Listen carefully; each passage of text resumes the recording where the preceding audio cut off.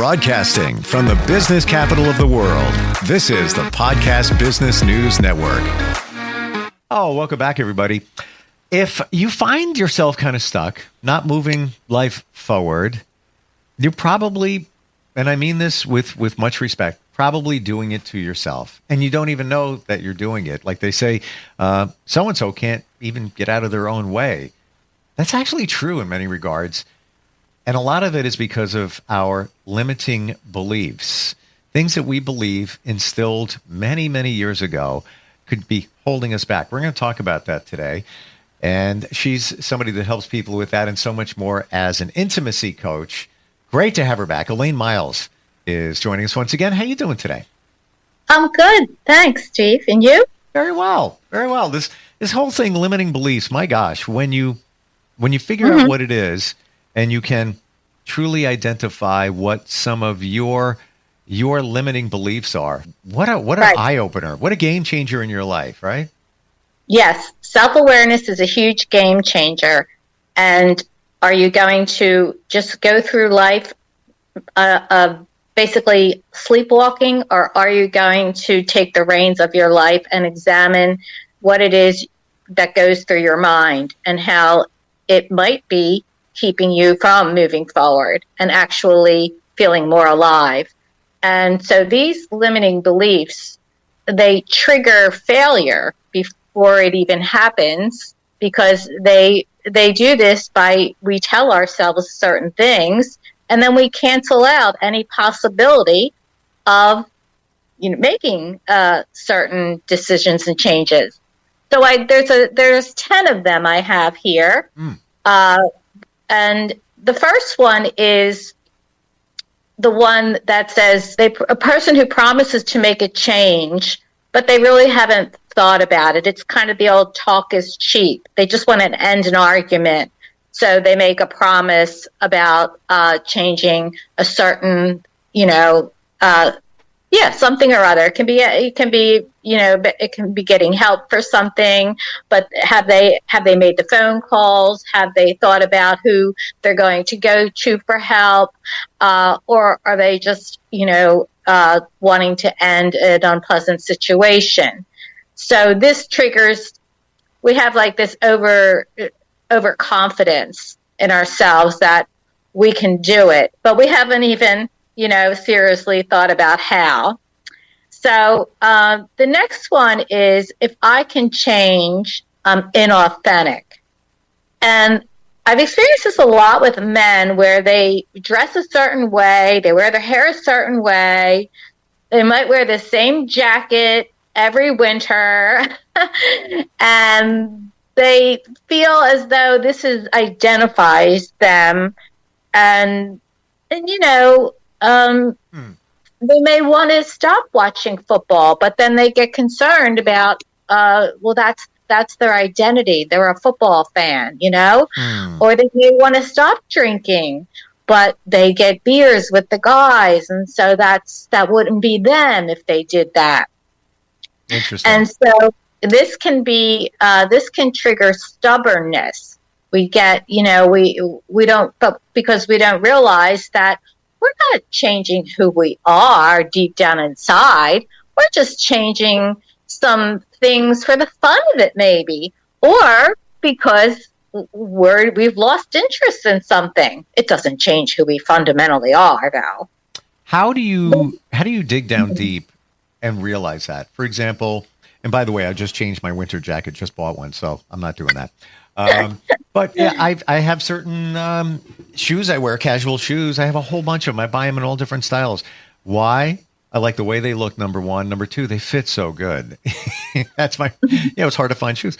How do you know when you dig deep inside that you're not being true to who you are? How do you have that? How do you break through that? Well, you first pay attention to what you're thinking, and then you see the results of your thinking. Have they helped you or have they hindered you? Have they made you more of a person or less of a person? Do you feel more engaged in life, or are your thoughts making you feel? Some of these thoughts can make you feel more stubborn, more isolated, more confused. So when you're having thoughts that are leading to those kinds of results, that's when you know that they're not in your best interest, and that maybe, you can change the thought. And you can change the thought. You can always change the thought. But you have to first notice how the thought is affecting you. And is it keeping you from having a better relationship, from doing something that's going to, like, for example, there's another one, I won't get tired. Well, you're on a dating site and she lives 100 miles away, but you're gung-ho. Oh, this is going to be great. And then you set out to meet for coffee and you make that 50-mile drive, and or you realize you promised to work overtime and you're there and you're like, oh, like you're not tired when you have the initial thought. But then if you really think about it, does that make sense to date someone or get in a relationship with 100 miles away? Or do you just say good luck, or just, not even engage at all? That's a good one. Yeah. And I have that conversation with friends, one in particular, and he'll drive, it could be 100 miles, like his, the radius in each app is like wide open. I'm like, what, why are you doing that? He goes, he's like, well, she's beautiful, yeah. Yes. I'm like, okay, but let's be real. How are you going to have any kind of a relationship where you're driving that far? Where's the fun in that? He goes, well, you could stay over on the weekend. I'm like, what about events that come up? Hey, you want to go? This is pop. Do you want to come? Can you come by me? I know exactly what you're saying. And again, it's because what is the plan? Take the time to see the bigger picture. Right. Oh, she might be attractive, and maybe you only want to see her once a year or twice a year. But if you're on a dating site, chances are you want a steady relationship where you're going to see someone regularly. Totally. And that leads into the next thing. I understand the requirements. Well, maybe you're looking for something, you want to fall in love again. You want to maybe even get married. And you respond to someone, or you begin to pursue someone who clearly states they want something casual, not something heavy, an attraction, do things together. And so there you go. And then, why are you even pursuing that? Her requirements are right there, and you understand them.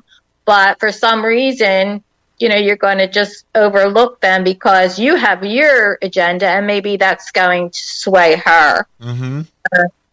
Totally. You have to be on the same page, but I believe that you also need to have a conversation with yourself. Like, what am I looking for? Well, there you go. Yeah, before you put that profile up, you really get clear on what kind of boundaries do you want. Right. And you know what? I got to share because I think it's kind of funny. My friend, many times, he'll do a FaceTime, a video, and he's like, yeah, she's very pretty. Things, it's looking good, but I don't know if she's real though. How do I know if she's actually real? I'm like, well, maybe if she lived 25 or less miles away, you could meet sooner than later and not waste any time. Exactly. Yeah. I would not suggest doing any kind of video chatting. Really? In any dating situation. No. You correspond a few times on the app, and then you meet for a coffee. Yeah. I think that's the best way, because like you said, there are many fake profiles out there. And why waste time? I guess you want to get a feel for the person with the video, but in my experience, don't know if like you said, you don't know if that's real, and what kind of a feel can you get when you're not sensing their energy, as we talked a lot about. Agreed. Yep. Maybe they have body odor. Maybe they have bad breath. Whatever. Or maybe they have a nice appearance on the video camera, but you're only seeing from the neck up. And some would say, I want to at least get an idea for that before I waste my time driving there. But then again, if you're only driving 20 minutes, that, big difference than driving, an hour and change with somebody that's 100 miles away. It's we have to talk. We have to really get in our heads. What are we looking for? Right. That's what we have to do. Yeah. So the next one is it has to be perfect. This believe in perfection, that if there's any kind of a snag, okay, that's just not what I'm in for. I want everything to go well. And then we, walk away when we hit a snag and we give up. And this can trigger hopelessness because we have the bar set too high. Our expectations are just unrealistic if we're looking for perfection in this world. I just finished writing my book. If I were a perfectionist, there were many times along the way where I could have said, I'm not a good enough writer for a book. But, and once in a while I would get an insecure thought.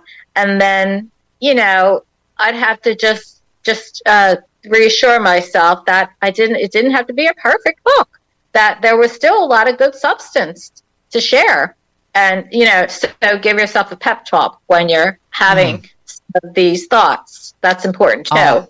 Where does that come from? Let's go to the origin of our perfectionism, because I rode that train for decades. I'm not that anymore. From even my teens. Well, I guess that could be a combination of the environment you grew up with, and so we all are a product of the programs that we grew up with, and it's just a matter of taking the time to sort them out and see if they still work for us and see how they're still driving our lives. And, and maybe, and now we're adults. We don't have to think the way we did as a child or our parents told us to think. So it's really a matter of being mature, self-awareness. Not everyone wants to do it because it isn't, but it's worth the growth process. But people, get defined in certain aspects and feel like change is scary because they don't want to deal with friends and what their reactions are going to be and that kind of a thing. But who's living nearby, you or them? Right. That's what it comes down to. Then there's the statement, it's not fair, as if, life is, we feel cheated. And that comes with, comparing ourselves to others and assuming we know what's really going on in their lives, as if we know they're happier or not. And we can never know that. So it's useless to make comparisons. And, but we can, if we get stuck in this kind of victim mentality, that can cause us to feel resentful. And to get out of that, you need to really take stock and be thankful for, everything. And then you begin to shift your focus to a more, one of appreciation. And then you begin to notice, once you begin to shift that focus to appreciation, you will see and feel things to appreciate because you're now changing the software, The other one that's common is I think this is common for men more than women. I don't know. I can do it on my own. It's this kind of foolish pride that we are, we don't need to rely on other people, and that really, in fact, when we make changes, it has a lot to do with other people and who we talk to, and how and the advice we could seek out. And by not doing that, we think we have to be so self-sufficient, and then we trigger our own isolation, Do you feel that it's not fair is somebody not taking responsibility for their situation? They're just pushing it off on somebody else? Well, look, there's a lot of things to be a victim of. I mean, there's a lot of things that can happen to a person, but that doesn't mean they have to own the victim mentality. You might be a victim of a scam. You might be a victim of betrayal, but always there's a silver lining. Always there's room for growth. All life experiences are designed for personal growth. So if you want to look at them and say, poor me, or if you want to look at them and say, the next partner I have, now I think I'm going to be a little more clued in. Or, the next time I open an email, I'm not going to open it when I first get up in the morning and sign a contract. Right. So we have to take these things in stride. No matter what happens in our life, we have to move on and gain strength from having, managed whatever it is that we were faced with. Do you think it's good to look at those situations as a learning experience? Yeah, everything is an opportunity for growth. Everything in life are opportunities for growth. Yeah, and I know it stings sometimes, and it can hurt, if you are hurt.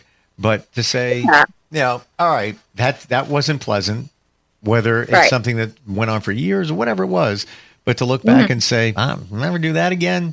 Now I'm wiser. I'll pick up on the signs, maybe, depending on the situation, and not putting the rose-colored glasses on and just, No, definitely you give yourself time. Time is needed to process, depending on the loss, depending on the situation. You really need to be gentle with yourself. You don't shrug it off like it was no big deal. I'm not advocating that. I am saying process the hurt, feel the feelings. Because if you don't take the time, you will get stuck in victim mode. And you will be complaining about this betrayal 20 years ago and still not be in a relationship because you don't want to be betrayed again. So definitely, if you need to go to a professional just to talk about it, if you need to exercise more or whatever it is that, helps you through these feelings, but don't ignore the feelings. No, that's the worst thing. And unfortunately, that's exactly what we tend to do. Ignore the feelings and distract ourselves with football or with a movie or with something. There's always something to distract ourselves with. And that's the problem, that we go for distraction rather than what's really happening within our minds. Or like they say, feel the feeling. We don't want to. We kind of let it go. I don't want to deal with it. Right. It's not pleasant to feel some of these feelings, but we have to remember that they're not going to last forever. And then there's a lot of self-help books and YouTube that can really support you in managing difficult feelings. So you don't have to do it alone. There's you can reach out to the community at large. That's what I do. That's what I've always done. I raised myself, and I did it with books and wisdom and yeah, that's how I learned everything in life, is through learning it on my own and then making mistakes and then, not beating myself up for them. Because I've always been like a child, kind of like, and, what's the worst that can happen? And then I'll go for it. And if it doesn't work out, okay, well, I'm not in jail. I'm not, I didn't ruin anybody's life. Yep. Yeah, I have to take a few punches, but I knew that was a possibility. It takes time. We have to set that aside for ourselves. We have to be gentle. Yeah. Yes. This is not I'm just going to go, read something and things are going to be magically better. No, it's a process and takes time. But wow, isn't it amazing, Elaine, when you feel that you. Like you get to that point in life where I know what I need, I know what I want, I'm not accepting that. I am worthy. That doesn't support me. So I'm pushing that over to the side in a nice way. Just Right. it's Right. such a No, it kind of makes cool. life a lot easier. Yeah. Life can be really hard, or life can flow in a more gentler way when you tease out the things and find out, like you said, who you really are. Yeah. Sometimes it takes more than half your life to figure that out sometimes. We're always learning new things, and that's what being alive is all about. I mean, I'm 64 and I just became a writer. Good for you. And what's going to be my next thing? Well, there's going to be a next thing. It's not, there has to be, because that's life. So maybe I'll start being a guest appearance, make guest appearances to talk about my book. Or maybe I'll go back and do more intimacy coaching and get more involved with sex surrogacy. That's another avenue. There's a need for that. I'm just going to say that there is, even 2024, people don't open up about intimacy, challenges, navigating all of that. I definitely feel there's a lack of that in our world. For sure. And and there's a lot of confusion about men and women with all these different things being plastered on the media about men taking a real hit at this time. So I hear, because I don't watch it, but I have heard that there's a lot of bashing. Yeah. Well, also, watch a video or some, and that's your expectation. Oh, they were doing that. I'm going to, you got to be real. Sometimes it's not just that, but we, in many regards, we're open to some things, to learning or absorbing information, ideas, whatever it might be. But on the other side, it's detrimental to us because we hold ourselves to a certain standard. It's the same thing. You have people that look online, just in general, social media, and you hold yourself to that. Well, look at the way she looks. I mean, I can't look like that. Yeah. Well, that's not really hard. It's filters and makeup. Right. And that's why definitely that's another, you want to see what something the effect it's having on you. If it's not making you feel good, what's the point of spending time doing any social media? Now, if you're going to go on there like me to push your book, I make a few friends, but sure. Well, if I find myself comparing, which everyone does, I close it. That's enough.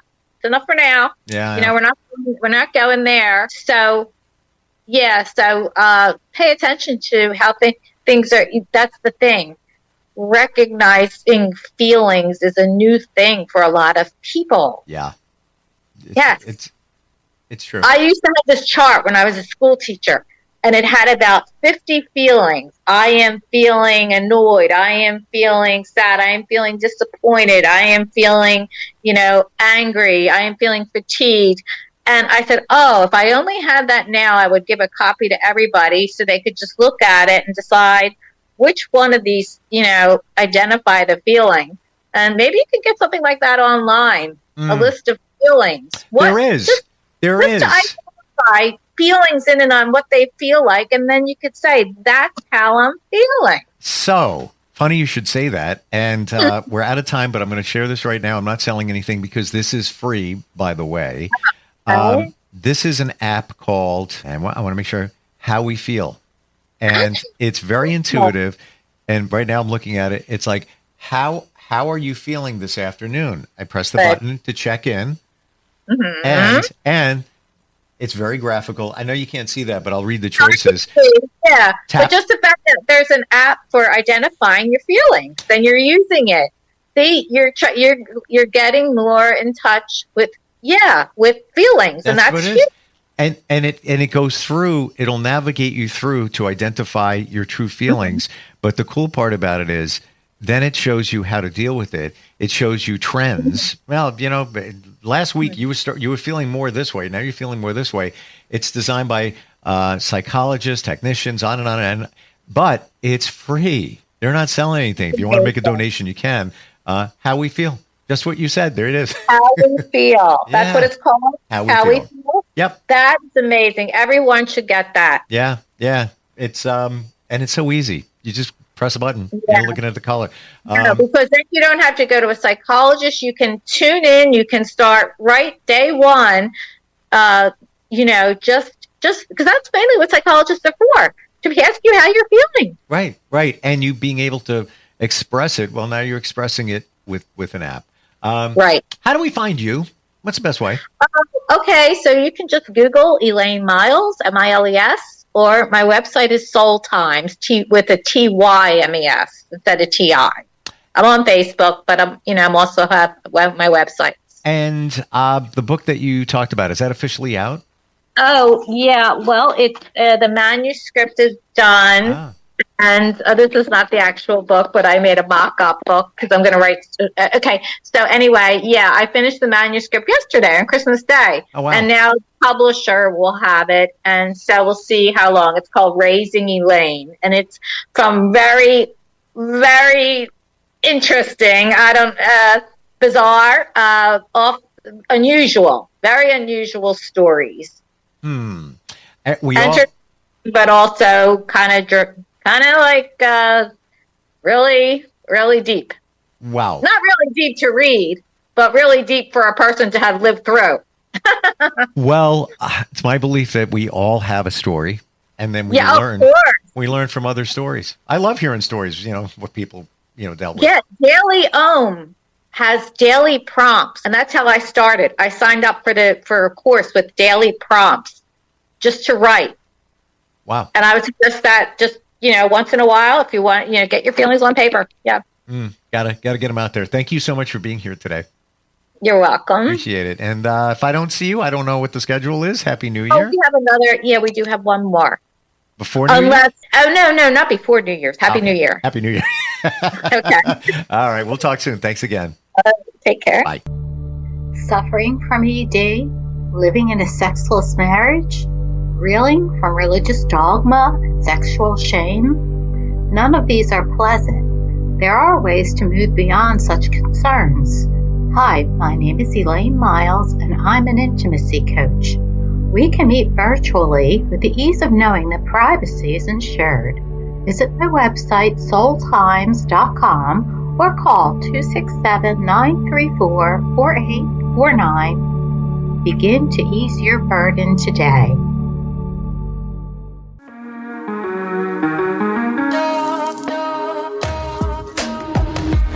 Broadcasting from the business capital of the world, this is the Podcast Business News Network. This is you over 30 years ago. Are we there yet? Are we there yet? And this is your mom when you drive her back from therapy. Are we there yet? Are we there yet? Are we there yet? Roles change without us noticing, and in your new role, we help you help. AARP gives you the information to help care for your mom so that you can have patience with her, just like she did with you. Visit aarp.org/caregiving or call 1-877-333-5885 to get practical health and wellness tips to provide even better care for your loved one. Are we there yet? Remember, visit aarp.org/caregiving. AARP, we help you help. A public service announcement brought to you by AARP and the Ad Council.